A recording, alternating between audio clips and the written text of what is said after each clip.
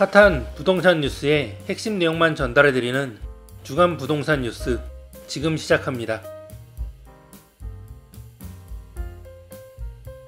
윤석열 대통령의 핵심 공약인 신분 당선 서북부 연장 사업에 제동이 걸렸습니다. 예비 타당성 조사 결과 낮은 경제성이 발목을 잡았습니다. 주무부처인 국토교통부는 서울시와 협의를 통해 대안을 마련할 계획입니다. 총 사업비 2조 6천억 규모의 신분당선 서북부 연장 사업은 예타 결과 경제성 기준치인 1에도 한참 못 미친 0.36으로 종합평가는 0.5 미만으로 낮게 나왔습니다. 현재 공사 중인 GTX-A와 일부 노선이 겹치면서 사업 타당성이 부족하다는 이유였습니다. 신분당선 서북부 연장 사업은 서울시가 2013년부터 추진해 왔습니다. 이후 2021년 서울시가 사업 노선, 운영 계획 등을 기획해 정부에 사업을 제안했고 한국개발연구원이 지난해 2월부터 예비 타당성 조사를 수행했습니다. 윤석열 대통령과 오세훈 서울시장의 공약사업이 예타에서 탈락하자 국토부는 지속적인 노력을 하겠다는 입장을 내놨습니다. 국토부 측은 신분당선 서북부 연장 사업에 대해 지자체와 협의를 통해 대안 마련 등을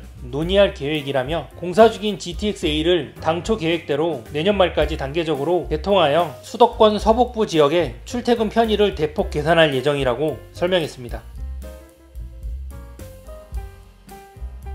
인천 검단 아파트 지하주차장 붕괴 사고로 촉발된 전관 카르텔을 향한 칼날이 LH를 넘어 한국도로공사와 국가철도공단 등 국토교통부 산하기관 전반으로 확대될 전망입니다. 국토부가 도로와 철도 등 설계 감리 용역에 재직 중인 퇴직자 현황을 파악하기 위해 내부 검토 중인 것으로 나타났습니다. 이와 관련 국토부 도로국에서는 명확한 방향을 검토하고 있는 중이라며 세부적인 내용에 대해서는 말을 아꼈습니다. 철도국 관계자도 일단 LH가 우선인 것 같고 내부적으로 관련 논의가 별도로 있을 것 같다고 밝혔습니다. 도로공사와 철도공단 차원의 움직임은 아직 없는 것으로 파악되었습니다. 이는 지난 20일 원희룡 국토부 장관이 정관 관련 이권 카르텔 혁파 의지를 강하게 표출한 데 따른 조치로 풀이됩니다. 원 장관은 이권 카르텔 문제는 LH에서 먼저 터졌을 뿐이지 LH만의 문제는 아니다라며 LH뿐 아니라 도로, 철도 등 국토부와 관련된 모든 정관 이권 카르텔을 철저하게 끊어 미래로 가는 다리를 다시 잇겠다고 강조했습니다. 실제 정관의 영향력은 LH보다 국토부와 도로공사, 철도공단 등이 더 크게 작용할 수밖에 없는 구조란 목소리가 나왔습니다. 지난해 국토부가 종심제평가위원회 통합 풀 명단을 공개, 관계기관 공무원 등 내부위원 비중을 대폭 확대하면서 이들의 입지는 더욱 공고해졌다는 평가입니다. 도로공사와 철도공단은 종심제 등 관련 용역 평가에 내부위원을 적극 활용하고 있습니다. 업계 관계자는 실제 평가에 투입되는 인원도 그렇고 종심제 통합 풀 명단이 확대된 이후 이들의 정관 몸값이 천정부지로 치솟았다. 도로와 철도의 정관들 입김이 더 크게 작용할 수밖에 없고 오를 대로 오른 이들의 몸값이 그 영향력을 보여주는 것이라고 꼬집었습니다. 다른 관계자는 한때 국토부 정관 영입을 추진했지만 상상을 초월하는 요구에 결국 포기했다며 우리나라 발주제도 안에서 이미 정관들은 산업 깊숙이 뿌리를 내리고 있는데 국토부도 예외는 아니어서 제사를 도려내는 수준의 각오를 감내해야 할 것이라고 밝혔습니다.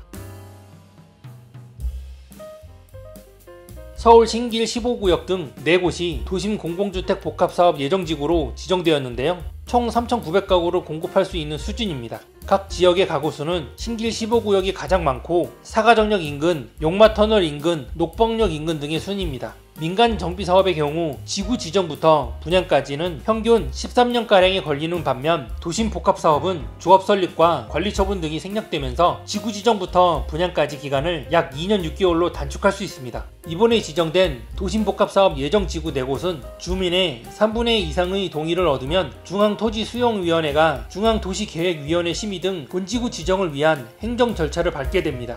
한편 국토부는 현재 도심복합사업 예정지구 지정 전인 37개 후보지에 대해서도 지자체와 용적률 등 도시계획 규제 완화 수준 등을 빠른 시일 내에 검토할 예정입니다. 이를 위해 사전 검토 결과를 반영한 구체적 사업 계획을 주민들에게 안내한 뒤 참여 의향률이 50% 이상이면 예정지구 등이 후속 절차를 추진하고 의향률 50% 미만 또는 반대 비율 50%를 넘으면 후보지에서 제외할 계획입니다.